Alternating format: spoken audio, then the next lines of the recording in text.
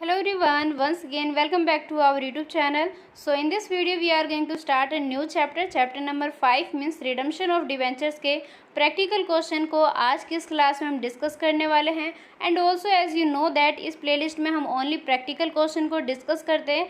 इससे पहले हमने लेसन नंबर 1 से लेकर लेसन नंबर 4 तक के सभी प्रैक्टिकल क्वेश्चन को डिस्कस कर लिया। सेम इसी तरीके से आज की इस क्लास में लेसन नंबर 5 मतलब कि रिडम्पशन ऑफ डिबेंचर से रिलेटेड जितने भी प्रैक्टिकल क्वेश्चन हैं आज की इस क्लास में उन्हीं सारे प्रैक्टिकल क्वेश्चन को हमें डिस्कस करना है। साथ ही हमने एक अलग से सेपरेट प्लेलिस्ट को क्रिएट किया है जिसमें हमने कॉर्पोरेट अकाउंटिंग के ओनली थ्योरेटिकल पार्ट को हमने उसमें डिस्कस किया, कवर किया सभी लेसन के। तो अगर आपने किसी भी लेसन के थ्योरेटिकल पार्ट को नहीं देखा है तो आप उस प्लेलिस्ट की हेल्प ले सकते हो। साथ ही इस प्लेलिस्ट में आपको सभी लेसन के प्रैक्टिकल क्वेश्चन मिल जाएंगे। तो आज की इस क्लास को स्टार्ट करते हैं, लेकिन क्लास को स्टार्ट करने से पहले एक रिक्वेस्ट है, please watch this video till the end for better understanding. किसी भी चीज़ को स्किप मत करना, अदरवाइज आपको कन्फ्यूजन हो सकता है। इसमें हम ओनली प्रैक्टिकल क्वेश्चन को डिस्कस करने वाले हैं, तो हर एक लाइन हर एक पॉइंट आपके लिए काफ़ी ज़्यादा मोस्ट इंपॉर्टेंट है। So now let's start our class. And यहाँ से स्टार्ट है हमारे चैप्टर आउटलाइन। मीन्स आज के इस क्लास में हम जितने भी प्रैक्टिकल क्वेश्चन को डिस्कस करने वाले हैं वो सारे प्रैक्टिकल क्वेश्चन ये सारे जो हमारे पास में टॉपिक है इनके ऊपर ही बेस्ड है। जिस तरीके से मैं आपको थोड़ा सा एक्सप्लेन कर देती हूँ दैन उसके बाद में प्रैक्टिकल क्वेश्चन को हम डिस्कस करेंगे। तो ये जो पोर्शन है, टॉपिक है, ये काफ़ी ज़्यादा मोस्ट इम्पोर्टेंट है क्योंकि हमारे जितने भी प्रैक्टिकल क्वेश्चन है इन्हीं के ऊपर बेस्ड है। तो इसको मैंने काफ़ी डीपली तरीके से जो थ्योरेटिकल पार्ट वाला जो प्लेलिस्ट है उसमें मैंने आपको ऑलरेडी समझा दिया है। यहाँ पे मैं आपको थोड़ा सा रिवीजन करवा देती हूँ कि जिस तरीके से हम क्वेश्चन करते हैं कि रिडम्पशन ऑफ डिबेंचर्स किया जाता है, तो हर एक क्वेश्चन में आपको अलग अलग टाइप्स के सिचुएशन मिल सकते हैं, कंडीशन मिल सकते हैं। जैसे कि अगर मान लो वहाँ पे रिडम्पशन किया जाता है किसी भी डिबेंचर्स का, तो फर्स्ट कंडीशन ये हो सकता है कि कंपनी अपने पुराने डिबेंचर्स का अगर वो रिडम्पशन करना चाहते हैं, उनको पुनः उनका रीपेमेंट करना चाहते हैं, तो वहाँ पर कंपनी या तो अपने फ्रेश इशू ऑफ शेयर करेंगे, मतलब कि एक नए शेयर को इशू करेंगे अपने पुराने वाले डिबेंचर्स का शेयर का पेमेंट करने के लिए। एक तो तरीका ये हो जाता है। सेकंड हो जाता है आउट ऑफ कैपिटल, मतलब कि जो कंपनी है अपने व्यवसाय के अपने बिजनेस के पास में जो भी उनके पास में कैपिटल अमाउंट अवेलेबल है उनका यूज़ करके वो रिडम्पशन ऑफ डिबेंचर्स करते हैं। थर्ड ये कंडीशन हो सकता है आउट ऑफ प्रॉफिट, मतलब कि कंपनी ने अपने बिजनेस में अपने लास्ट ईयर के जितने भी प्रॉफिट को रिटेन करके रखा है, जितने भी प्रॉफिट को उन्होंने रोक के रखा है, हो सकता है कि कंपनी अपने उस प्रॉफिट का यूज़ करके अपने रिडम्पशन ऑफ डिबेंचर्स को कंप्लीट करते हैं। और फोर्थ कंडीशन ये भी हो सकते हैं कि कन्वर्जन के द्वारा। कन्वर्जन का मतलब होता है इसको परिवर्तित करवा लेना। जैसे कि कोई डिबेंचर है, इनका टाइम हो चुका है पेमेंट का, तो उस कंडीशन में कंपनी अपने डिबेंचर्स का पेमेंट ना करके उनको ये मौका दे देती है या उनके पास में ये ऑप्शन दे देती है कि आप अपने डिबेंचर्स को पेमेंट ना लेके उसको शेयर में कन्वर्ट करवा लो। तो ये कहलाता है हमारा कन्वर्जन। तो ये 4 पॉइंट है, इन्हीं के बेस्ड पे सारे प्रैक्टिकल क्वेश्चन को हम स्टार्ट करेंगे। तो 1 बाय 1 सभी को चेक करते हैं। इससे पहले यहाँ पे एक लाइन गिवन किया गया है, इसको मैं आपको बता देती हूँ। तो जो हमारा DRR अकाउंट बनेगा, मतलब कि डिबेंचर रिडम्पशन रिजर्व अकाउंट जो हमारा बनेगा, इसमें हमारा कितना अमाउंट ट्रांसफ़र होता है। तो हमारा जो डिबेंचर्स का जो वैल्यू है, मतलब जितने भी अमाउंट है डिबेंचर्स का, उसका 25% हमारा ट्रांसफ़र होता है DRR में। अब इसका यूज़ किस तरीके से करेंगे ये मैं आपको क्वेश्चन के थ्रू हेल्प करवाती हूँ, हेल्प करके मतलब बताती हूँ। यहाँ पे देखो, इससे पहले ये जो जनरल एंट्रीज़ है पहले आपको ये पता होना चाहिए, क्योंकि जितने भी हम क्वेश्चन करेंगे सभी में आपको एंट्री इस तरीके से ही लिखना है। हमारी जो एंट्रीज़ की जाती है बिल्कुल फिक्स रहती है, इसी तरीके से करेंगे। बाकी वहाँ पे जितने भी अमाउंट लिखे रहेंगे वो मैं आपको एक्सप्लेन करके बताऊँगी। तो यहाँ पे देखो, सबसे पहले दे रखा है कि जब भी DRR अकाउंट को, मतलब कि डिबेंचर रिडम्पशन रिजर्व, इस अकाउंट को अगर हम क्रिएट करते हैं तो यहाँ पर हमारा जो प्रॉफिट है या लॉस होता है, जो हमारा सरप्लस कहलाता है, मतलब कि हाँ अगर कंपनी में हमें प्रॉफिट हुआ है तो वो हमारे सरप्लस माना जाता है। तो उसको किस तरीके से DRR में ट्रांसफ़र करते हैं, या हमारे इन्वेस्ट का जो डिपॉजिट अमाउंट है उसको हम किस तरीके से पेमेंट करते हैं, तो इस कंडीशन में ये किया जाएगा। अगर हमारे डिबेंचर्स का रिडम्पशन किया जाता है, अगर रिडम्पशन मतलब कि उसका जो रीपेमेंट किया जाएगा अगर वो एट पार पे किया जाता है तो इस तरीके से लिखेंगे, एट प्रीमियम पे तो ये लिखा जाएगा, डिस्काउंट पे तो इस तरीके से। तो यहाँ पे जितने भी एंट्री है इसको चाहे आप लर्न कर लेना, चाहे आप जिस भी तरीके से आपको सही लगे उसको पहले कर लेना, देन उसके बाद में प्रैक्टिकल क्वेश्चन आपके लिए हेल्पफुल रहेगा, क्योंकि विदाउट जनरल एंट्रीज को लर्न करें या समझें आप प्रैक्टिकल क्वेश्चन को नहीं कर पाओगे, क्योंकि यहाँ पे एंट्री तो बिल्कुल फिक्स ही रहता है कि कौन से कंडीशन में कौन सा हमें एंट्री को यहाँ पे लिखना है। तो ये आपके पास में पहले से ऑलरेडी आपको पता होना चाहिए।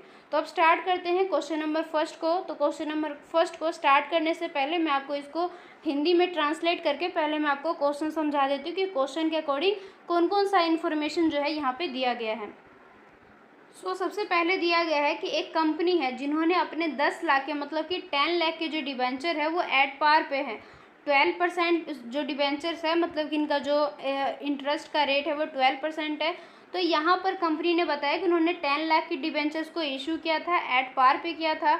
उनका जो रिडम्पशन किया जाएगा, रिडीमेबल मतलब कि उनका जो पेमेंट किया जाएगा वो 2 इक्वल इंस्टॉलमेंट में किया जाएगा। मतलब कि कंपनी एक बार में ही सारा पेमेंट नहीं करेंगे। जैसे ये 10 लाख का जो डिबेंचर है इसको कंपनी 2 बार में पेमेंट करेंगे। फर्स्ट जो उनका इंस्टॉलमेंट है वो 31 मार्च 2018 को है और जो सेकंड है वो 31 मार्च 2019 को है। तो ये 2 डेट दे रखा है, 31 मार्च 2018 और 31 मार्च 2019। तो ये 2 डेट है जिस पे कंपनी एक बार अपना इंस्टॉलमेंट इस डेट को पेमेंट करेंगे और जो सेकंड इंस्टॉलमेंट है वो इस डेट को पेमेंट करेंगे। आप ये समझ सकते हो कि कंपनी अपने 10 लाख को 2 बार में पेमेंट करेंगे। इसके बाद में कंपनी ने डिसाइड किया है कि वो अपने DRR में एक मिनिमम अमाउंट को ट्रांसफ़र करेंगे। अब DRR में मिनिमम अमाउंट को ट्रांसफ़र क्यों किया जाता है? ताकि जब उनका पेमेंट किया जाएगा तो पहले से ही हमारे पास में एक सफिशेंट अमाउंट वहाँ पे अवेलेबल रहेगा जिसका यूज़ करके हम अपने डिबेंचर्स का पेमेंट कर सकते हैं। तो कंपनी ने यहाँ पे DRR को क्रिएट किया है जिसमें एक मिनिमम अमाउंट को वो ट्रांसफ़र कर रहे हैं। तो अभी भी क्लासेस को स्टार्ट करने से पहले मैंने आपको एक लाइन दिखाया था हाईलाइट करके कि DRR में कितने अमाउंट को ट्रांसफ़र किया जाता है। तो ये क्वेश्चन में गिवन नहीं रहेगा कि आपको DRR में कितना ट्रांसफ़र करना है। ये आपका जो जब आप थ्योरी को समझते हो तो वहाँ पे इन सारी चीज़ों को ध्यान में रखा जाता है। तो मैं आपको दोबारा से बता देती हूँ फिर से कि DRR में ट्रांसफ़र किया जाता है डिबेंचर्स का 25%। तो 25% को यहाँ पे ट्रांसफ़र करेंगे। इसके बाद में कंपनी ने क्या किया है, company made the required investment, जो कंपनी ने इसके साथ में इन्वेस्टमेंट किया था और कंपनी ने अपने इन्वेस्टमेंट को बेच दिया इस डेट को और कंपनी ने साथ में ही जो उनका डिबेंचर्स था उसका पेमेंट कर दिया है। जो ड्यू डेट आ गया था उस टाइम पर उन्होंने पेमेंट कर दिया था और इसके साथ में हमें एंट्री करनी है जिसमें हमें इंटरेस्ट ऑन डिबेंचर्स को छोड़ के मतलब कि expect for interest on debenture assuming rate of interest on investment 8% per annum, कि कंपनी ने बता दिया कि जब वो अपने एंट्री को करेंगे तो इंटरेस्ट ऑन डिबेंचर को छोड़ के हमें इंटरेस्ट ऑन इन्वेस्टमेंट को 8% पर एनम की तरफ से उसको अप्लाई करना है। तो ये पूरा क्वेश्चन था हमारा। अब इसके बेस पे हमें 1 बाय 1 सारे एंट्री को कंप्लीट करना है। तो देखो 1 बाय 1 स्टेप बाय स्टेप चलेंगे। सबसे पहले कंपनी ने कहा है कि वो अपने डिबेंचर्स को इशू करते हैं। तो अगर कंपनी ने अपने डिबेंचर्स को इशू किया था इस डेट को, तो अगर कंपनी अपने डिबेंचर्स को इशू कर रहे हैं तो वहाँ से कंपनी को अमाउंट रिसीव होगा, क्योंकि उन्होंने अपने डिबेंचर्स को आम जनता में या जहाँ पे भी उन्होंने उसको इशू किया है तो उसके थ्रू उनको अमाउंट कुछ ना कुछ रिसीव होगा। तो हमारे डिबेंचर्स का अमाउंट है 10 लाख, तो कंपनी को 10 लाख रिसीव होगा।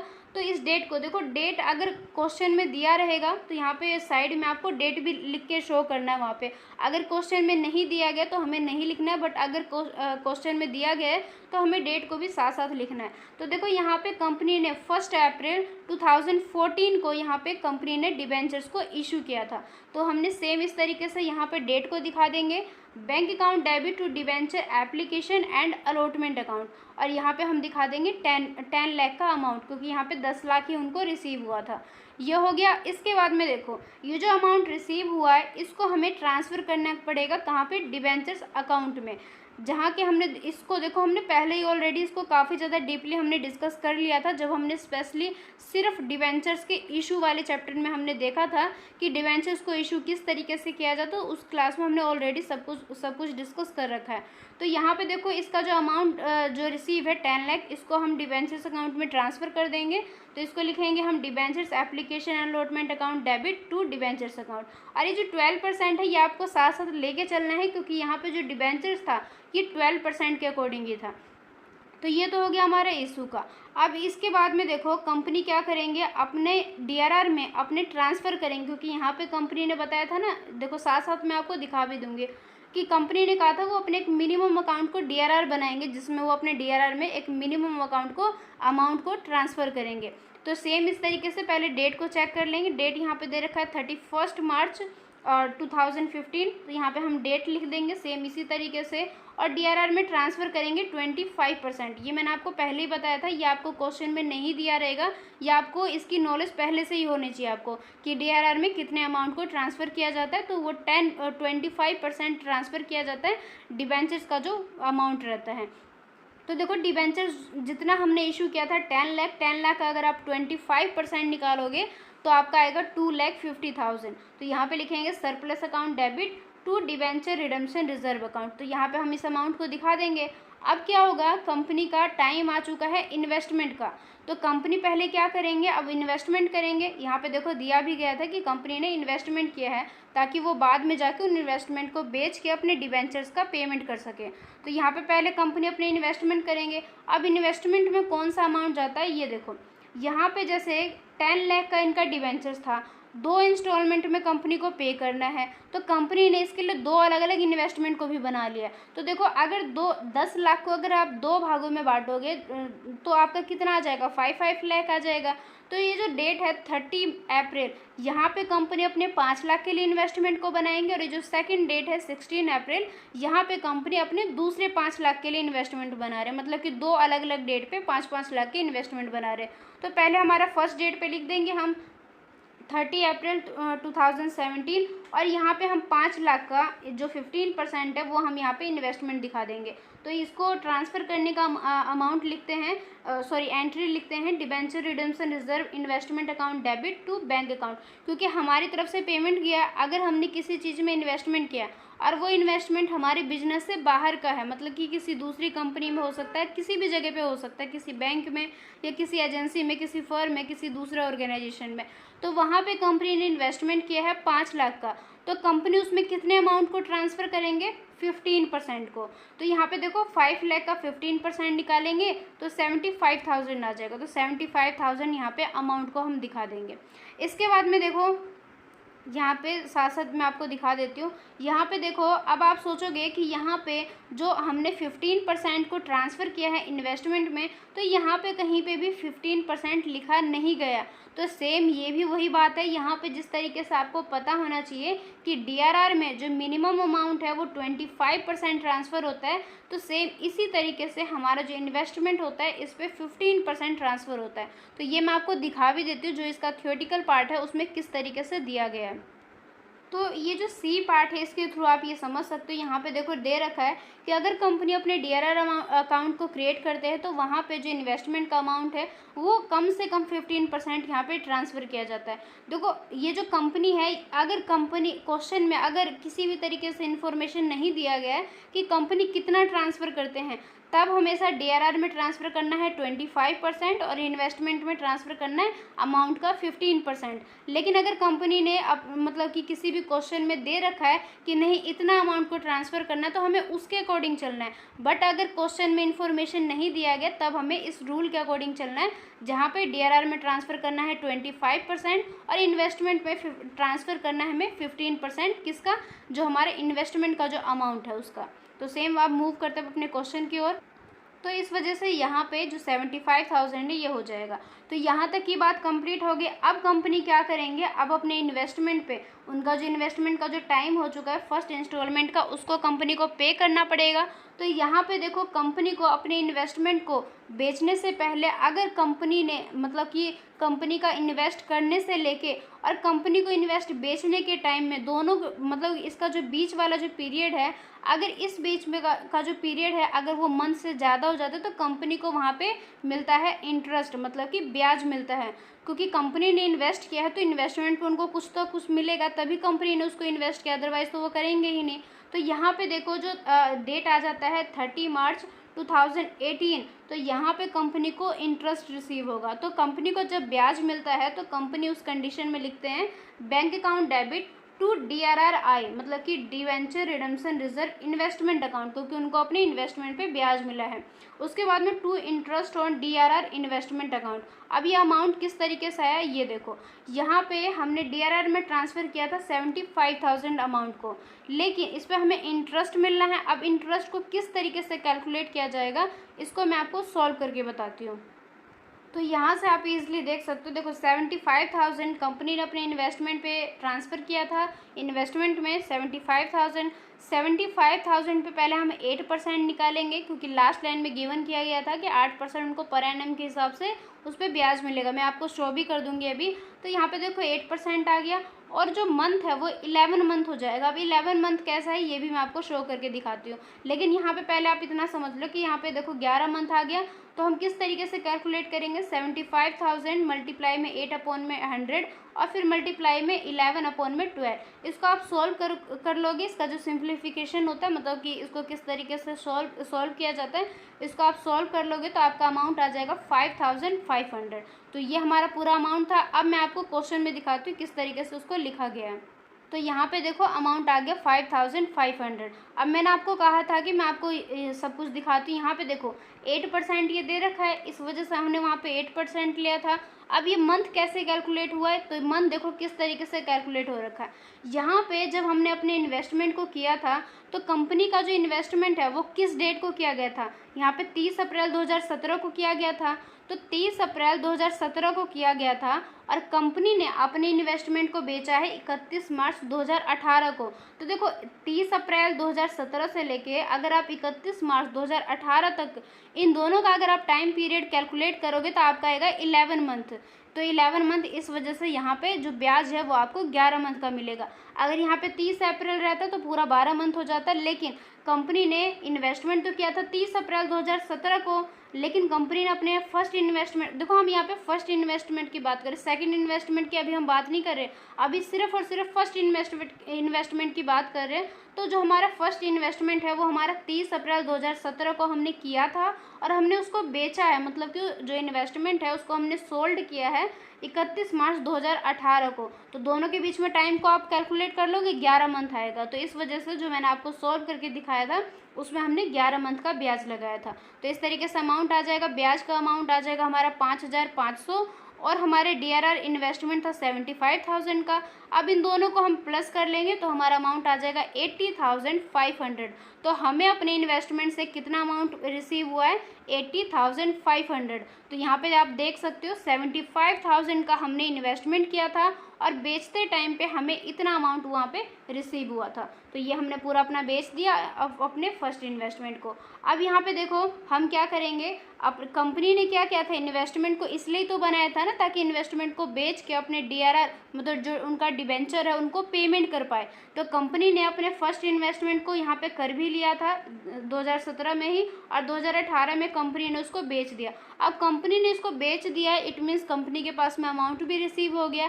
तो कंपनी का पूरा डेट अब कंप्लीट हो चुका है फर्स्ट इंस्टॉलमेंट का। तो यहाँ पे देखो डेट के अकॉर्डिंग मैं आपको शो करके दिखाती हूँ। यहाँ पे देखो कंपनी का जो फर्स्ट रिडम्पशन है, मतलब कि फर्स्ट इंस्टॉलमेंट का जो डेट है पेमेंट का वो है 31 मार्च 2018 को। तो कंपनी को अपने पहले वाले इन्वेस्टमेंट का पहले वाले इंस्टॉलमेंट का कंपनी अपने 10 लाख को 2 इंस्टॉलमेंट में पेमेंट करेंगे ना। पहला वाला जो इनका इंस्टॉलमेंट है वो है 31 मार्च को, और जो दूसरा वाला इनका जो इंस्टॉलमेंट है वो 31 मार्च 2019 को है। तो पहले वाला डेट कंप्लीट हो चुका है, तो हमें पहले वाले डेट को देखो यहाँ पे डेट कंप्लीट हो चुका है जिस पे हमने अपने इन्वेस्टमेंट को भी बेच दिया। तो अब हमें करना पड़ेगा उनका पेमेंट फर्स्ट इंस्टॉलमेंट का। तो कंपनी जब अपने डिबेंचर्स का पेमेंट करते हैं तो कंपनी को 2 एंट्री को लिखना होता है, पहले ड्यू करने का देन उसके बाद में पेमेंट करने का। तो पहले अपने कंपनी जो है अपने डिबेंचर्स होल्डर का पेमेंट करने के लिए पहले ड्यू करेंगे। तो ड्यू करेंगे तो वो लिखेंगे 12% debentures account debit to debentures holders account. तो डिबेंचर्स होल्डर कौन है, जिससे जो हमारा डिबेंचर्स का होल्डर है, मतलब कि जो उसका मालिक है, जिसने हमारे कंपनी में डिबेंचर्स मतलब कि ऋण पत्र में इन्वेस्ट किया था। तो उनका 5 लाख का अमाउंट बनता है, क्योंकि कंपनी ने डिसाइड किया था ना कि 2 इंस्टॉलमेंट में पेमेंट करेंगे। तो फर्स्ट इंस्टॉलमेंट का उनका अमाउंट है 5 लाख, तो यहाँ पे 5 लाख यहाँ पे दिखा देंगे। अब कंपनी इनको पेमेंट कर देंगे तो debentures account debit to bank account आ जाएगा, तो 5 लाख हम इस तरीके से दिखा देंगे। अब यहाँ पे देखो कंपनी ने जब अपने इन्वेस्टमेंट को बेचा था तो कंपनी को वहाँ पे मिला था ब्याज मिला था, तो कंपनी को अपने इन्वेस्टमेंट पे जो ब्याज मिला वो कंपनी के लिए एज अ प्रॉफिट माना जाएगा। तो कंपनी अपने प्रॉफिट को ट्रांसफ़र करेंगे का जो प्रॉफिट एंड लॉस का जो हमारा अकाउंट है इसमें कंपनी को अपने इंटरेस्ट को ट्रांसफ़र करना पड़ेगा। तो हम नीचे लिख देंगे being the transfer of interest income, यहाँ पे दिखा देंगे interest on DRR investment account debit to profit and loss account. तो ये हमने कैलकुलेट कर लिया था 5500, तो इस अमाउंट को दिखा देंगे। तो यहाँ तक हमारा पूरा कंप्लीट हो चुका है। हमारा फर्स्ट इंस्टॉलमेंट का जो भी कामकाज था हमने यहाँ पे पूरा कंप्लीट कर लिया। तो इस तरीके से हमारा फर्स्ट कंडीशन कंप्लीट हो गया। अब बात आएगी हमारी सेकंड इंस्टॉलमेंट की। तो सेकंड इंस्टॉलमेंट वाले कंडीशन को इसको पूरा सॉल्व करने से पहले आई होप यहाँ तक की क्लास में आपको सब कुछ समझ में आ गया होगा। सभी चीज़ों को समझते हुए चलना, तभी आपको पूरा लेसन, पूरा एक्सरसाइज, पूरा बुक जो भी आपका है सारा आपको समझ में आएगा। साथ ही अगर आपको किसी भी अमाउंट को लेके, किसी भी एंट्री को लेके या किसी भी तरीके से कोई भी कन्फ्यूज़न है सो प्लीज़ उसको आप ज़रूर से शेयर करना है मेरे साथ में, कॉमेंट सेक्शन में ज़रूर से बताना। इसके बाद में हमारा सेकंड इन्वेस्टमेंट है। अब सेकंड इन्वेस्टमेंट और सेकंड इंस्टॉलमेंट की बात करते हैं। सेम उसी तरीके से अब पूरा मेथड सेम रहेगा। सबसे पहले कंपनी अपने DRRI में ट्रांसफ़र करेंगे अमाउंट को जो कि उनके इन्वेस्टमेंट के लिए होगा। तो सेम इसी तरीके से लिखेंगे debenture redemption reserve investment account debit to bank account. यहाँ पे सेम इसी तरीके से 5 लाख का हमें पेमेंट करना है, तो 5 लाख का 15% निकालेंगे तो 75,000 होगा। तो 75,000 को यहाँ पे शो करके दिखा देंगे और डेट उसी अकॉर्डिंग चलना है जिस तरीके से हमें क्वेश्चन में गिवन किया गया है। अब क्या करेंगे, कंपनी को इस पर मिलेगा ब्याज सेम उसी तरीके से। तो bank account debit to debenture redemption reserve investment account debit to interest on DRR investment account. अब ये इंटरेस्ट का अमाउंट कैलकुलेट किस तरीके से हुआ तो ये भी मैं आपको शो करके दिखाती हूँ, लेकिन इसको दिखाने से पहले मैं आपको बता दूँ कि मंथ कैसे कैलकुलेट होगा। यहाँ पे जो मंथ है ये देखो 11.5 है, मतलब कि 11 मंथ और 15 डेज है। ये किस तरीके से होगा पहले मैं आपको शो करके दिखाती हूँ, देन उसके बाद में मैं आपको सॉल्व करके दिखाऊंगी। तो यहाँ पे देखो जो हमारा इन्वेस्टमेंट का डेट था वो कौन सा डेट था, 16 अप्रैल 2018। यहाँ पे 16 अप्रैल 2018 को हमने इन्वेस्टमेंट किया था और हमने अपने इन्वेस्टमेंट को बेचा कब। अब देखो अब यहाँ पे फर्स्ट इंस्टॉलमेंट वाला सब कुछ खत्म हो चुका, अब हमें फर्स्ट से मतलब नहीं है। अब हम बात करेंगे सिर्फ और सिर्फ सेकंड इन्वेस्टमेंट की और सेकंड इंस्टॉलमेंट की। तो क्योंकि फर्स्ट तो हमारा सब कुछ कंप्लीट हो ही चुका, पूरा खाता कंप्लीट हो चुका, पूरी सारी हमने बुक को कंप्लीट कर लिया। अब यहाँ पे देखो 16 अप्रैल 2018 को अगर आपने किसी इन्वेस्टमेंट को किया है और आपने अपने इन्वेस्टमेंट को बेचा है 31 मार्च 2019 को, तो डेट आप कैलकुलेट कर सकते हो। देखो 1 अप्रैल से लेके 31 मार्च तक में कितना हो जाता है, 11 मंथ हो जाता है। लेकिन इनका जो ये है इन्वेस्टमेंट का डेट ये 1 अप्रैल नहीं है, ये है 16 अप्रैल। तो यहाँ पे 16 मतलब कि 15 दिन का यहाँ पे आपको इन्वेस्टमेंट पे ब्याज और भी एक्स्ट्रा मिलेगा। तो इस वजह से यहाँ पे 11 मंथ और पॉइंट में 5 लिखेंगे। 0.5 का मतलब है 15 दिन। तो अगर वहाँ पे 0.5 लिखा गया तो आप ये मत समझना कि वहाँ पे 5 दिन है। 0.5 का मतलब है 15 दिन, क्योंकि यहाँ पे 16 अप्रैल को उन्होंने इन्वेस्टमेंट किया था और 1 अप्रैल से लेके मतलब कि 31 मार्च मतलब 1 अप्रैल से लेके 1 अप्रैल तक ये माना जाता है 12 मंथ। तो अगर आप इसको 16 अप्रैल से लेके 31 मार्च तक की डेट को आप कैलकुलेट करोगे तो आपके पास में डेज आएंगे 11 मंथ और 15 दिन। तो इस वजह से वहाँ पे 11 पॉइंट में 5 दिखाएंगे। अब मैं आपको बताती हूँ कि ये ब्याज को किस तरीके से कैलकुलेट किया जाएगा। ये जो अमाउंट है 5750। तो यहाँ से आप देखो इंटरेस्ट फॉर 11.5 मंथ मैंने साथ में लिख भी दिया 0.5 mean is equal to 15 days. अब सेम उसी तरीके से देखो 75,000 मल्टीप्लाई में 8/100 लिख लेंगे और मल्टीप्लाई में 11.5 बाई में 12। अब 12 को इसलिए लिखा है क्योंकि एक साल में 12 महीने होते हैं और 100 इसलिए लिखा है क्योंकि हमें परसेंटेज कैलकुलेट करना है। सेम इसी तरीके से इसको सॉल्व कर देंगे तो हमारा अमाउंट आ जाएगा 5750। तो ये पूरा अमाउंट था। आई होप आपको समझ में आ गया होगा।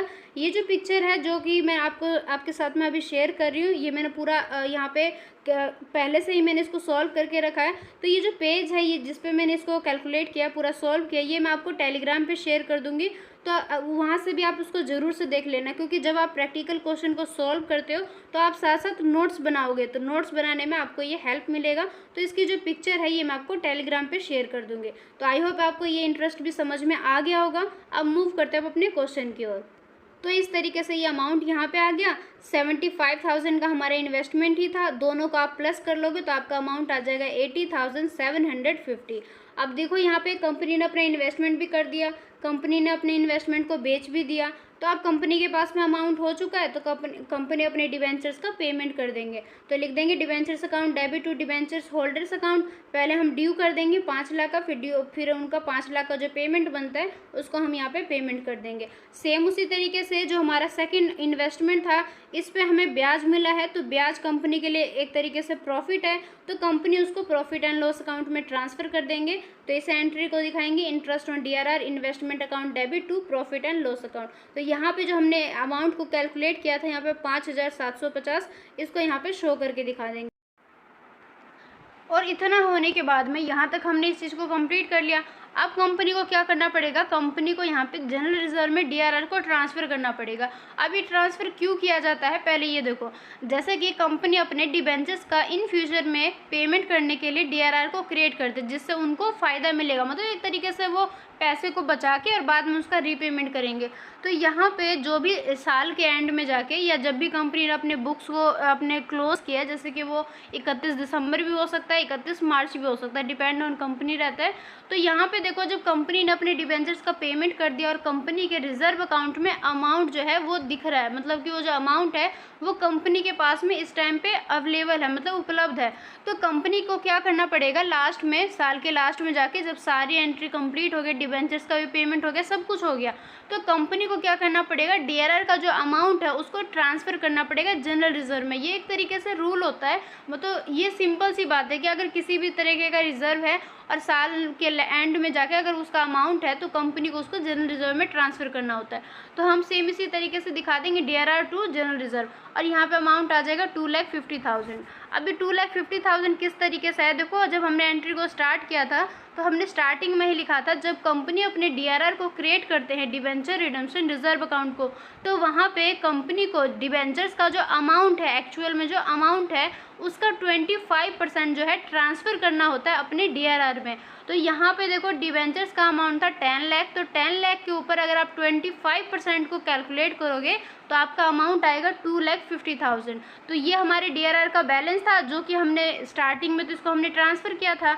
अब इस रिज़र्व हमारे पास में अवेलेबल है, हमारे पास में मतलब कि उपलब्ध है, इसको हम ट्रांसफ़र कर देंगे जनरल रिजर्व में। तो हम लिख देंगे debenture redemption reserve account debit to general reserve, और वो अमाउंट को यहाँ पे शो करके दिखा देंगे। तो ये हमारा पूरा क्वेश्चन था, फर्स्ट क्वेश्चन, जिसको हमने काफ़ी डीपली तरीके से, काफ़ी बेहतर तरीके से, काफ़ी बेटर तरीके से एक्सप्लेन किया है। तो आई होप आपको समझ में आ गया होगा। बट इवन देन आपको कोई भी कन्फ्यूज़न हो इस क्वेश्चन में तो आप कमेंट कर सकते हो, अदरवाइज़ ऐसा कोई कन्फ्यूज़न होगा नहीं, क्योंकि एक एक अमाउंट को, एक एक एंट्री को मैंने आपको एक्सप्लेन करके बताया। बट अगर फिर भी आपको कोई भी डाउट है तो आप उससे पूछ सकते हो। अब मूव करते हैं अपने क्वेश्चन नंबर 2 की ओर, एंड यहाँ से स्टार्ट है हमारा क्वेश्चन नंबर 2। तो सेम उसी तरीके से क्वेश्चन को स्टार्ट करने से पहले, सॉल्यूशन को देखने से पहले, मैं आपको पहले क्वेश्चन एक्सप्लेन कर देती हूँ कि क्वेश्चन में कौन कौन सी डिटेल को इन्फॉर्मेशन को दिया गया।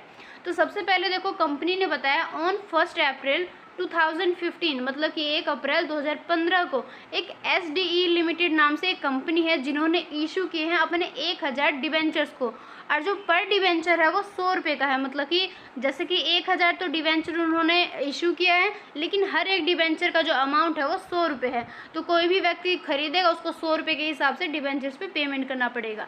एट द एंड में, मतलब जब 4 साल कंप्लीट हो जाएगा तो कंपनी को इनको पेमेंट करना है।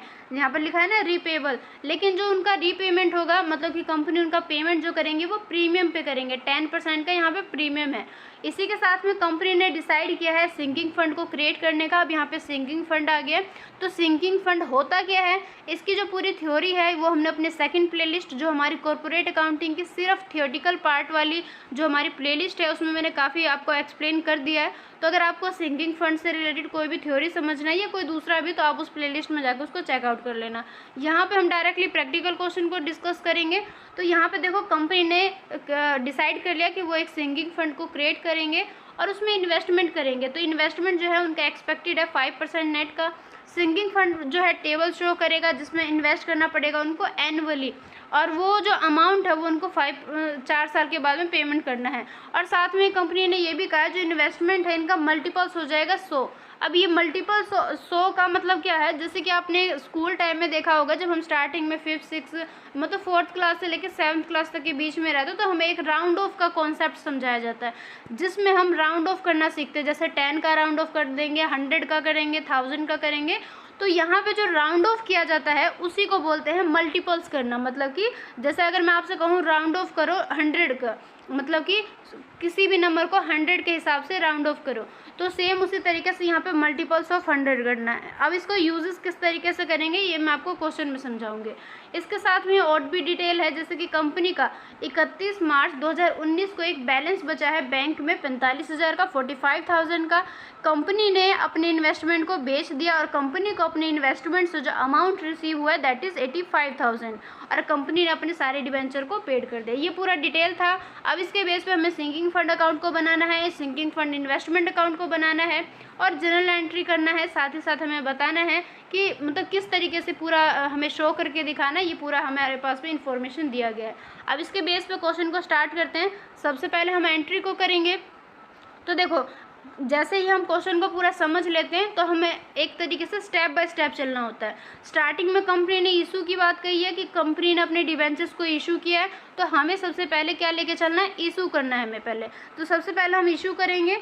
तो यहाँ पे कंपनी ने 1000 डिबेंचर्स को इशू किया है। तो कंपनी ने अगर डिबेंचर्स को इशू किया है पब्लिक के बीच में या किसी के बीच में भी, तो वहाँ पे कंपनी को अमाउंट रिसीव होगा। तो हम क्या लिखेंगे, यहाँ पे देखो क्वेश्चन में अगर डेट दिया गया है तो हमें डेट के अकॉर्डिंग भी लिखना है यहाँ पे साथ साथ।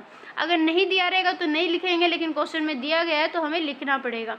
यहाँ पे दे रखा है 1 अप्रैल, तो यहाँ पे हमें दिखाना पड़ेगा 1 अप्रैल 2015। यहाँ पे हमने शो कर दिया डेट।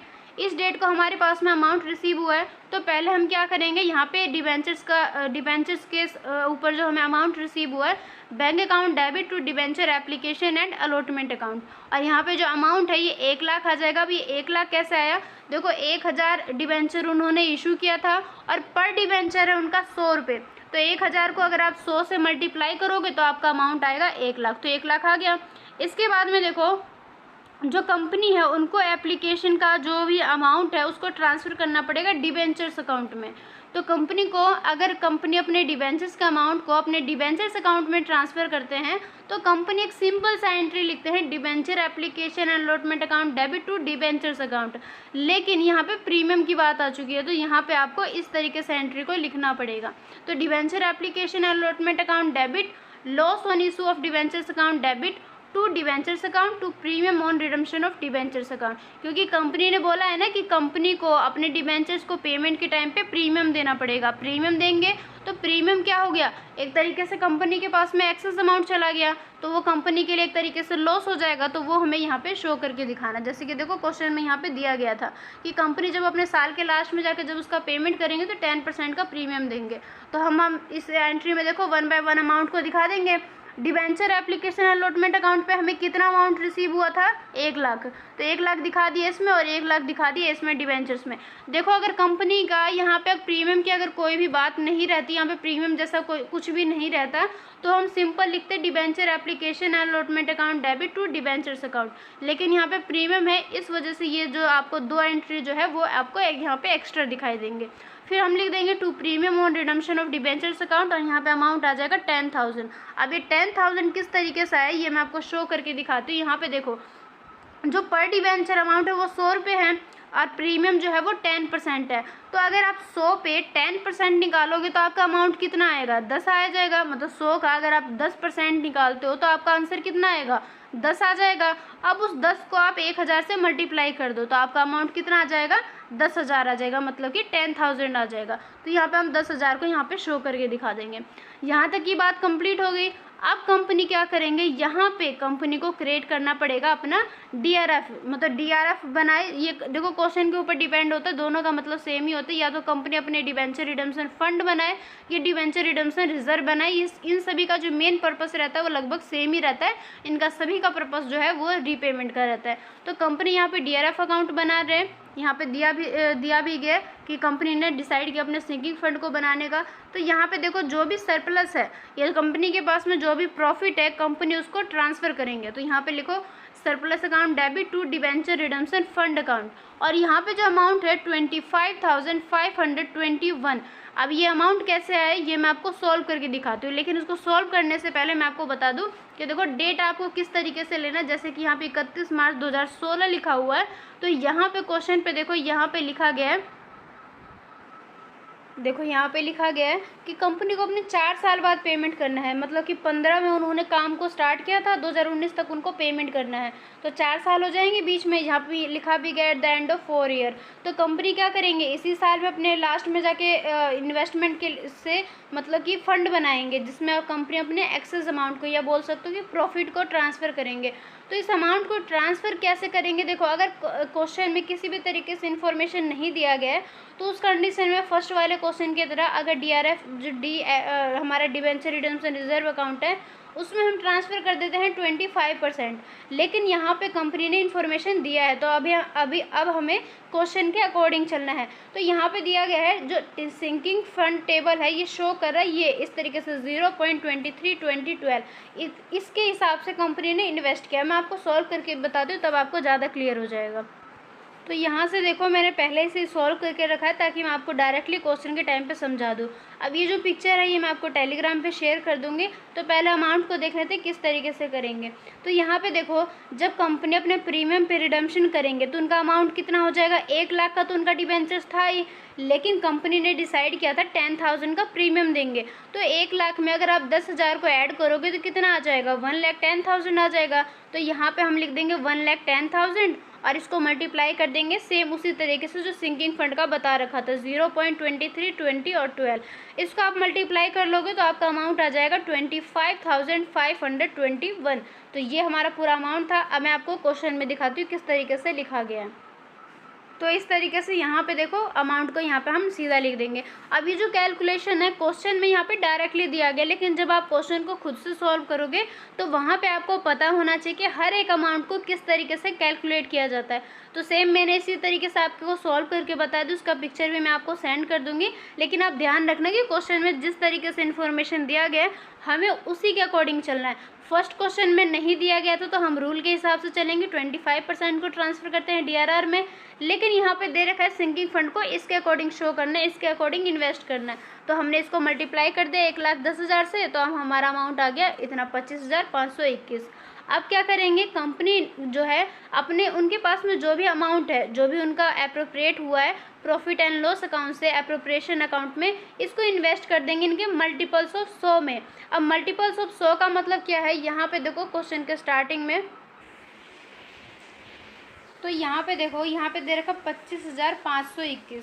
जब हम इसको 100 में मल्टीपल्स करते हैं या इसको राउंड ऑफ करते हैं 100 के अकॉर्डिंग, तो यहाँ पे देखो जब 100 के अकॉर्डिंग राउंड ऑफ करते हैं तो सेकंड डिजिट को देखते हैं। सेकंड डिजिट अगर 5 से कम है तो यहाँ पे आ जाता है 0 और जो इसके आगे वाला नंबर है जैसे जो ये 1 है इसके जगह पे भी आ जाएगा 0, 2 के जगह पे भी आ जाएगा 0 और 5 के जगह पे 5 ही रहेगा। अगर ये जो 2 है अगर ये 5 से बड़ा नंबर होता है लाइक 7 होता है 8 होता है तब इस 5 के जगह पे 6 हो जाता है। और यहाँ पे 2 जो नंबर है अगर 100 में कर रहे हैं तो स्टार्टिंग के 2 नंबर के जगह पे हमेशा 0 होता है, मतलब राउंड ऑफ करने का ये तरीका है। अगर आपको राउंड ऑफ नहीं करने आता तो आप यूट्यूब पे जाके सर्च कर लेना, आपको कई तरीके से वीडियो मिल जाएगा वहाँ पे जहाँ पे आप देख सकते हो तो राउंड ऑफ को किस तरीके से किया जाता है। तो यहाँ पे मैं आपको थोड़ा सा एक्सप्लेन कर देती हूँ किस तरीके से किया जाता है। जैसे कि हमें करना है 100 का, तो 100 का करना होगा, 100 में आता है 2 डिजिट आता है जो कि हमारा 0 रहता है, मतलब कि 1 एंड 0 0, तो 2 0 के जगह पे हमेशा 2 0 आ जाएगा। और ये जो 5 है, अगर ये 5 से कम है या 5 है तो उस कंडीशन में पीछे वाला नंबर, मतलब जो थर्ड प्लेस वाला नंबर है, थर्ड डिजिट, ये हमेशा सेम ही रहता है। अगर ये सेकंड डिजिट 5 से बड़ा रहता है, मोर देन 5, देन लाइक 5, 6, 7, 8 इस तरीके से, तो ये जो 5 है इसके जगह पे यहाँ पे 6 हो जाता है, और ये 00 तो हमेशा सेम ही रहता है। तो इस तरीके से इसको हम राउंड ऑफ कर लेंगे। इसके बाद में अब हमारा डेट आ जाएगा 31 मार्च 2017। अब यहाँ पे कंपनी अपने इन्वेस्टमेंट पे रिसीव करेंगे अमाउंट को। अब इसको किस तरीके से कैलकुलेट किया जाता है, तो ये अमाउंट कैसे हम कैलकुलेट करेंगे, ये हमारा ब्याज है, और ब्याज हमें किस पे मिलता है, इन्वेस्टमेंट पे। तो हमें अपने इन्वेस्टमेंट पे ब्याज को कैलकुलेट करना पड़ेगा। तो हमने यहाँ पे इन्वेस्टमेंट किया था 25,500 का, मतलब 25,500 का। इसके ऊपर निकालेंगे 5%। अब 5% कैसे है, यह क्वेश्चन में पहले से ही दिया गया है। तो 25,500 पे आप 5% को कैलकुलेट करोगे तो आपका अमाउंट आएगा 1,275। तो इस अमाउंट को हम यहाँ पे लिख के दिखा देंगे। अब ये जो हमें इंटरेस्ट मिला है, ब्याज मिला है, इसको हमें ट्रांसफ़र करना पड़ेगा डीआरएफ अकाउंट में। तो डीआरएफ अकाउंट में इसको ट्रांसफ़र कर देंगे तो ये अमाउंट तो सेम ही आएगा, क्योंकि हमारा ब्याज तो इतना ही रहेगा, लेकिन यहाँ पे हम एंट्री को अलग तरीके से लिखेंगे, interest on debenture redemption fund investment account debit to debenture redemption fund account, इस तरीके से लिख देंगे।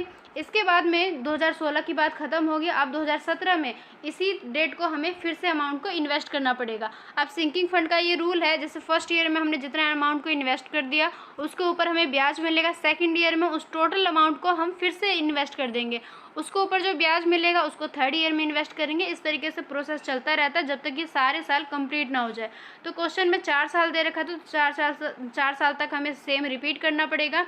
अब यहाँ पे 17 में इसी डेट को हम फिर से अमाउंट को ट्रांसफ़र करेंगे, मतलब कि इन्वेस्ट करेंगे फिर से। तो surplus account debit to debenture redemption fund account, इस तरीके से ब्रैकेट में प्रॉफिट एंड लॉस अकाउंट भी लिख सकते हो, नहीं लिखोगे तो भी ठीक है। ये बस दे रखा है कि किस तरीके से, क्योंकि सरप्लस जो है हमारे प्रॉफिट में से निकाल कर हम उसको इन्वेस्ट करते हैं। तो हमारा अमाउंट आ जाएगा 25,521।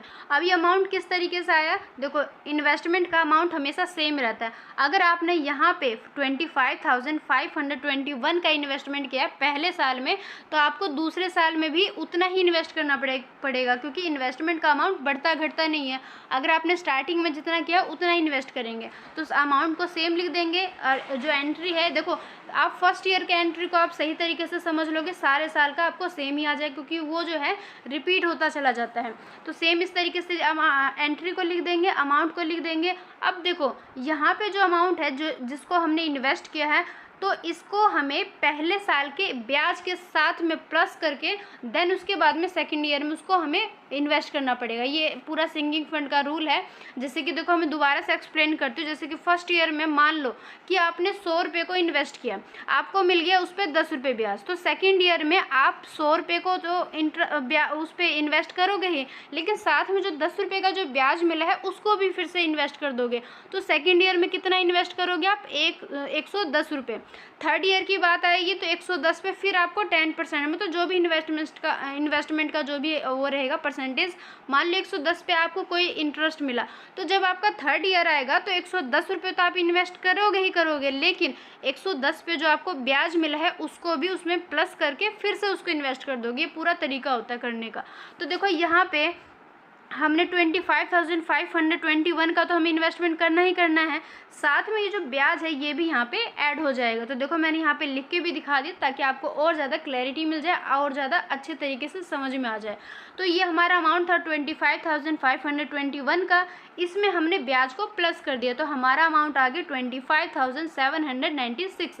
अब सेम उसी तरीके से या तो इसको राउंड ऑफ कर लो, राउंड ऑफ का मतलब ही वही है कि मल्टीपल्स करना है। अगर राउंड ऑफ 100 का बोला है तो 100 के अकॉर्डिंग करेंगे, 10 बोला होगा तो 10 के अकॉर्डिंग। क्वेश्चन ने मल्टीपल्स ऑफ 100 का है तो हमें इसको 100 के हिसाब से राउंड ऑफ करना पड़ेगा। अब राउंड ऑफ किस तरीके से करते हैं, यहाँ पे जैसे 100 का करना है तो 100 की कंडीशन में हम थर्ड डिजिट को देखते हैं। थर्ड डिजिट जो है अगर 5 या 5 से कम है तो उस कंडीशन में अलग तरीके से कैलकुलेट होगा, लेकिन ये जो है जो 7 है ये 5 से बड़ा हो गया। अगर ये 5 से बड़ा है, मोर देन 5 है, तो ये स्टार्टिंग के जो 2 डिजिट है मतलब कि 96, यहाँ पे तो 00 आना आना ही है क्योंकि राउंड ऑफ इस तरीके से ही किया जाता है। लेकिन ये जो 7 है ये अब 8 बन जाएगा। क्यों बन जाएगा? क्योंकि ये राउंड ऑफ का तरीका है। अगर ये मोर देन 5 है तो ये नंबर जो है एक नंबर बढ़ जाता है। तो यहाँ पे 7 की जगह पे 8 आ जाएगा और 25 की जगह पे 26 आ जाएगा। ये पूरा राउंड ऑफ है। अगर आपको आता है तो आप समझ ही गए होगा। अगर आपको नहीं पता कि राउंड ऑफ किस तरीके से किया जाता है तो आप यूट्यूब पे जाना, कई सारे वहाँ पे वीडियो रहते हैं, उसको सर्च करना, आपको काफ़ी सारे वीडियो मिल जाएंगे कि राउंड ऑफ किस तरीके से किया जाता है। तो ये पूरा हमने इसको राउंड ऑफ कर दिया। तो यहाँ तक की बात कंप्लीट हो गई। अब हमें क्या करना पड़ेगा? हमें इस पे मिलेगा ब्याज। अब देखो ब्याज जो है इस अमाउंट पे नहीं मिलेगा, सिर्फ हमने अपने फर्स्ट ईयर में जितना इन्वेस्ट किया तो उस पर भी ब्याज मिलेगा, सेकेंड ईयर में हमने जितना इन्वेस्ट किया हमें उस पर भी ब्याज मिलेगा। तो यहाँ पे देखो मैंने लिख के दिखा दिया है। फर्स्ट ईयर में हमने इन्वेस्ट किया था 25,500 को और सेकेंड ईयर में हमने उसको इन्वेस्ट किया था 26,800 का। दोनों का प्लस कर लोगे तो आपका अमाउंट आएगा 52,300। अब इस पर 5% को कैलकुलेट करोगे तो आपका अमाउंट आ जाएगा 2,615। तो ये पूरा हमारा अमाउंट है ब्याज का। अब सेम इसी तरीके से इस ब्याज को डीआरएफ में ट्रांसफ़र कर दोगे। उसके बाद में हम इस तरीके से शो कर देंगे क्योंकि इसको हमने जस्ट एक ट्रांसफ़र किया है अपने डीआरएफ अकाउंट में। यहाँ तक की बात कंप्लीट हो गई। अब इसी साल के लास्ट में जाके हमें फिर से इन्वेस्ट करना पड़ेगा क्योंकि क्वेश्चन ने कहा है ना कि 4 साल के बाद उसने डिवेंचर्स का पेमेंट किया, तो हमें सेम तरीका लेके चलना पड़ेगा अपने 3 साल तक। चौथे साल में इन्वेस्टमेंट को बेचेंगे लेकिन 3 साल तक जो प्रोसेस है वो रिपीट होता चला जाएगा। सेम उसी तरीके से फिर से इन्वेस्टमेंट को हम करेंगे। तो इन्वेस्टमेंट करने का हम जो एंट्री लिखते हैं surplus account debit to debenture redemption fund account, और यहाँ पे सेम अमाउंट आ जाएगा 25,521 का। अब इसके साथ में देखो हमें DRFI इन्वेस्टमेंट करेंगे टू बैंक अकाउंट कर देंगे। क्यों कर देंगे? क्योंकि यहाँ पे देखो जो अमाउंट था हमारा, यहाँ पे 1 मिनट में आपको सॉल्व करके दिखा दूँ तो आपको ज़्यादा सही तरीके से समझ में आएगा। तो यहाँ पे देखो मैंने सॉल्व करके रखा है, मैं अब आपको एक्सप्लेन कर देती हूँ। हमारा इन्वेस्टमेंट का अमाउंट था 25,521। इंटरेस्ट मिला था इस पर हमें 2,615 का। दोनों अमाउंट का आप प्लस कर लोगे तो अमाउंट आ जाएगा 28,136। अब इसको 100 के मल्टीपल्स में कर देंगे, फिर से इसका राउंड ऑफ कर देंगे। इसका राउंड ऑफ करोगे तो आ जाएगा 28,100। अब यहाँ पे देखो ये जो 1 है मतलब कि ये 5 से कम हो गया, लेस देन 5 हो गया। तो सेम इस तरीके से 1 के जगह पे 1 ही रहेगा, 36 के जगह पे 00 आ जाएगा। ये पूरा राउंड ऑफ हो गया यहाँ पे। तो इस तरीके से यहाँ पे अमाउंट आ जाएगा 28,100। अब वो जो मैंने कैलकुलेट करके दिखाया था उसकी जो पिक्चर है वो मैं आपको टेलीग्राम पे शेयर कर दूँगी। आप नोट्स बनाओगे तो आपको हेल्प मिलेगा उससे। अब यहाँ तक की बात कंप्लीट होगी। अब फिर से हमें उस पर मिलेगा, क्या मिलेगा? ब्याज मिलेगा। तो हम ब्याज को लिख देंगे बैंक अकाउंट डेबिट, क्योंकि रिसीव होगा हमें, क्योंकि ब्याज हमें मिल रहा है तो हमारे पास में कैश आ रहा है। तो हम लिख देंगे bank account debit to interest on debenture redemption fund investment account. यहाँ पे हमारा ब्याज आ जाएगा 4,020 रुपये। मतलब कि अमाउंट आएगा कैसे? अब तक की डेट में देखो, आज तक की डेट में कंपनी ने कितना इन्वेस्ट कर दिया? 52,300 और प्लस में 28,100। मतलब कि तीनों साल में जितना अभी तक हमने पूरा वो कर लिया था, मतलब इन्वेस्ट कर लिया था, यहाँ पे हमने टोटल कर दिया। तो टोटल आएगा आपका 80,400। तो 80,400 पे 5% निकालोगे तो अमाउंट आ जाएगा 4,020। तो यहाँ पे शो कर देंगे। सेम इसी तरीके से आपको ब्याज मिला है तो ब्याज को आपको ट्रांसफ़र करना पड़ेगा डीआरएफ अकाउंट में। तो लिखेंगे interest on debenture redemption fund investment account debit to debenture redemption fund account. इस तरीके से यहाँ पे अमाउंट को दिखा देंगे। अब यहाँ तक की बात कंप्लीट होगी। अब हमें क्या करना पड़ेगा? फिर से हमें अमाउंट को इन्वेस्ट करना पड़ेगा, क्योंकि तरीका मैंने आपको स्टार्टिंग में ही बोला ना कि जितना टाइम दिया रहेगा, जितना पीरियड क्वेश्चन में गिवन किया गया, जैसे कि 3 ईयर्स 4 ईयर्स, तो जितना टाइम दे रखा है उतने साल तक जो प्रोसेस है वो रिपीट होता है। सेम इसी तरीके से फिर से हमें इन्वेस्ट करना पड़ेगा। इन्वेस्ट कर देंगे तो इन्वेस्टमेंट का अमाउंट हमारा सेम ही रहेगा। इसके बाद में हम क्या करेंगे? अब देखो साल का एंड आ गया। हमने स्टार्टिंग में इन्वेस्ट किया था 2016 में, अब ईयर आ गया 2019, तो बीच में 4 साल कंप्लीट हो गए। 16, 17, 18, 19 4 साल कंप्लीट हो गए। अब हम क्या करेंगे? अपने इन्वेस्टमेंट को बेच देंगे अकॉर्डिंग टू गिवन क्वेश्चन में हमें जिस तरीके से दे रखा था सारी इन्फॉर्मेशन, उसके अकॉर्डिंग इसको अब हम बेच देंगे। तो अगर आप अपने इन्वेस्टमेंट को बेचोगे तो आपके पास में अमाउंट रिसीव होगा। मान लो कोई भी कंपनी अपने इन्वेस्टमेंट को उन्होंने बेच दिया तो उनके पास में अमाउंट रिसीव होगा। तो हम लिखेंगे bank account debit to debenture redemption fund investment account. और ये 85,000 किस तरीके से आया? तो ये क्वेश्चन में ही दे रखा था, मैं आपको शो करके दिखा देती हूँ। तो यहाँ पे देखो दे रखा है इन्वेस्टमेंट रियलाइज्ड 85,000। रियलाइज्ड का मतलब यही है कि कंपनी ने अपने इन्वेस्टमेंट को बेच के जो अमाउंट है वो 85,000 का रिसीव किया। तो 85,000 का हमारा इन्वेस्टमेंट का अमाउंट रिसीव हो जाएगा।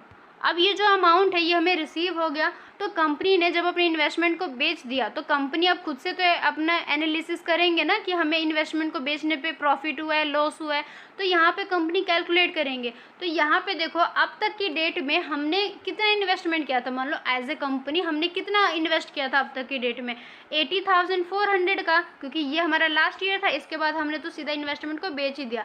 तो अगर आपने आज तक की डेट में अगर आपने इन्वेस्ट किया है 80,400 का और आपने उसी इन्वेस्टमेंट को बेच के जो अमाउंट है वो रिसीव किया है 85,000 का, तो इससे हमें प्रॉफिट हो गया, कितना प्रॉफिट हो गया 4,600 का, मतलब कि 4,600 का। मैंने यहाँ पे लिख के भी दिखा दिया।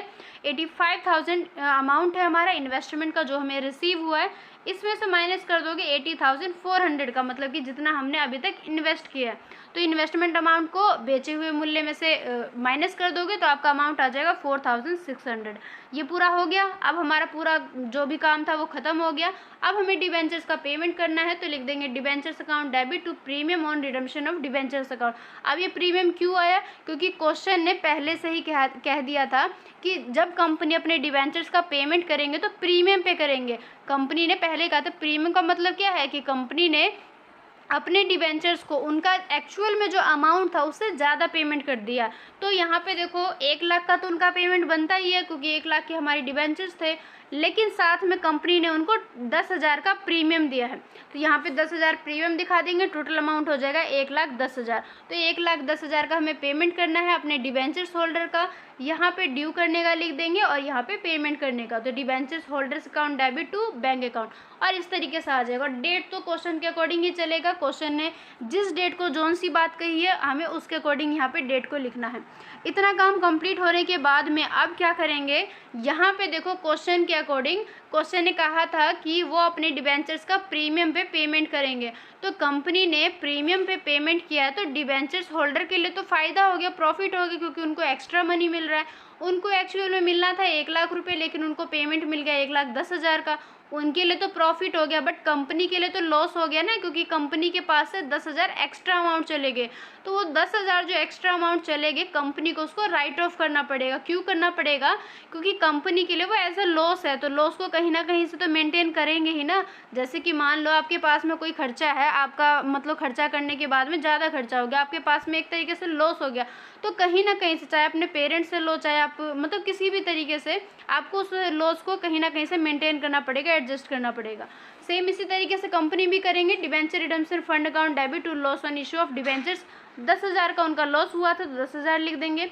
उसके बाद में जो हमारा डीआरएफ का अमाउंट जो भी बचता है, जैसे कि मैंने फर्स्ट क्वेश्चन में भी आपको बताया था, जो भी अमाउंट हमारा बचता है साल के एंड में जाकर उसको हम ट्रांसफ़र कर देते हैं जनरल रिजर्व में। अब ये अमाउंट किस तरीके से आया, ये अमाउंट आएगा जब आप डीआरएफ अकाउंट को क्रिएट करोगे। तो यहाँ पे देखो डीआरएफ अकाउंट को क्रिएट कर रखा है, इसका जो बाद में बैलेंस बचेगा वही हमारा वहाँ पे लिख के दिखाएंगे। सेम इस तरीके से अभी देखो इसको किस तरीके से बनाया जाता है, ये मैं आपको आसान तरीका बताती हूँ, काफ़ी इजी तरीका।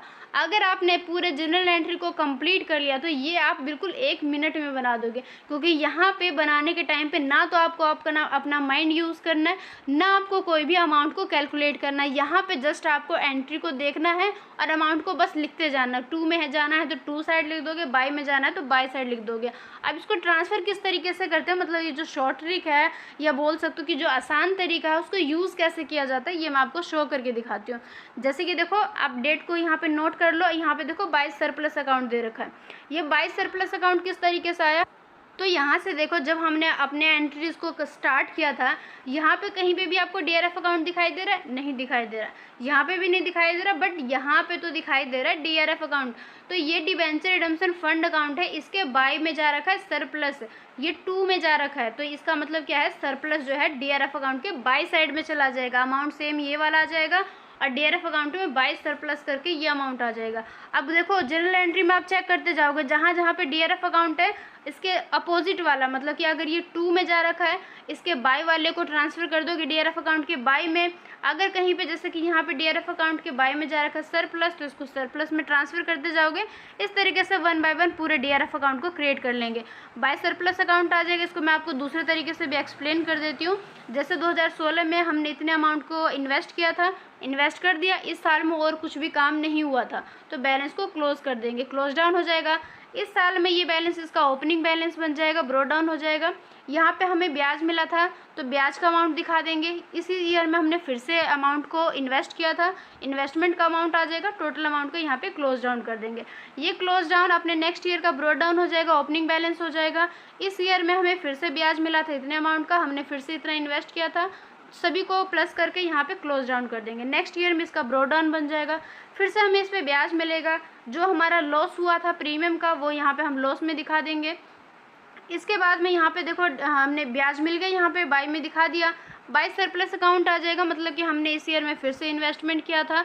उसके बाद में डीआरएफ अकाउंट में हमारा 4600 था, तो इस तरीके से दिखा देंगे। अब दोनों साइड के बैलेंस को प्लस कर लोगे और जिस साइड बैलेंस बचता है उस साइड लिख दोगे। तो इसका ये इस साइड का जो बैलेंस है, मतलब बाई साइड का जो बैलेंस है वो 1,14,594 का है, बट इस साइड का आपको कम मिलेगा। तो जितना अमाउंट इस साइड का आएगा उसको आप माइनस कर दोगे तो आपका अमाउंट आ जाएगा 1,04,594।